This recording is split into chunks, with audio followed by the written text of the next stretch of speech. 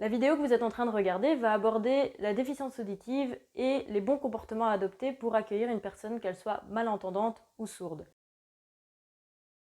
Donc on parle de différents niveaux de surdité. D'abord la surdité légère ou modérée. Là, ce sont les personnes qui sont dites malentendantes, qui entendent moins bien, mais qui perçoivent encore des sons jusqu'à plus ou moins 70 décibels. Pour vous donner une idée, 70 décibels, c'est le bruit que fait une machine à laver en marche.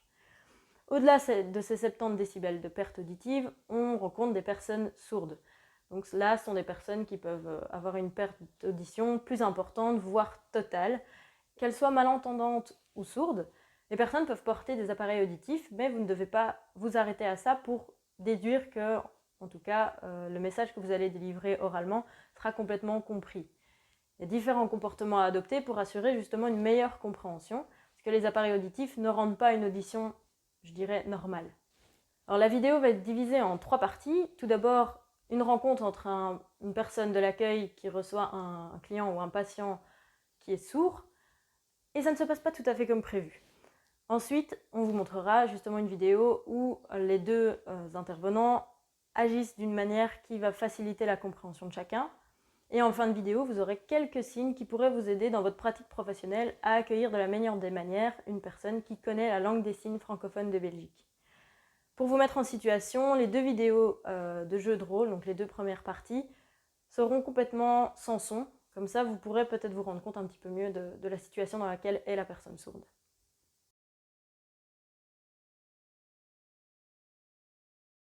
Le patient sourd arrive et annonce sa surdité. Et l'agent d'accueil note sur sa feuille et parle avec son masque.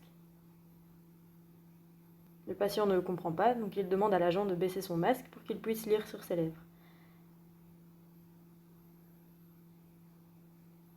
Le contre-jour éblouit le patient.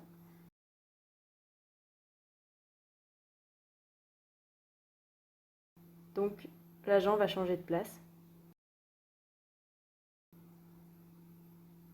Alors, il commence à lui transmettre les informations, mais il met un objet devant sa bouche.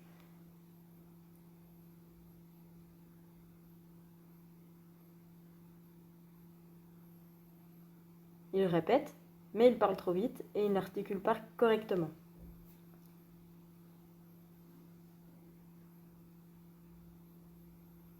Alors, le fait de répéter l'énerve, ce qui lui donne un air agressif qui braque le patient, et ce dernier s'en va.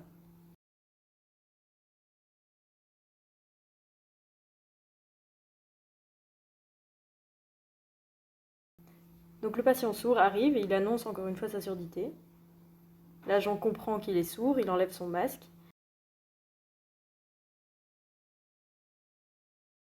Et il change de place pour éviter l'éblouissement. Lorsqu'il est face à la personne sourde, il l'accueille en langue des signes et il s'assure qu'elle sait lire sur ses lèvres.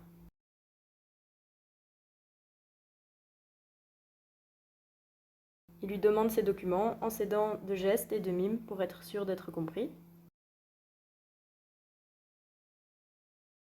Pour aider la communication, il va écrire ce qu'il demande.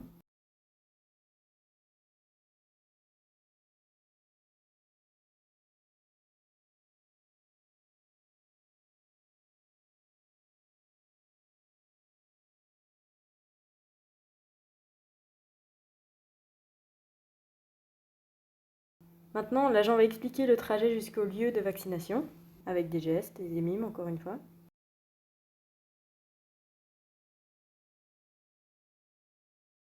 Mais le patient sourd est perdu par le flot d'informations et il lui demande un dessin ou un plan.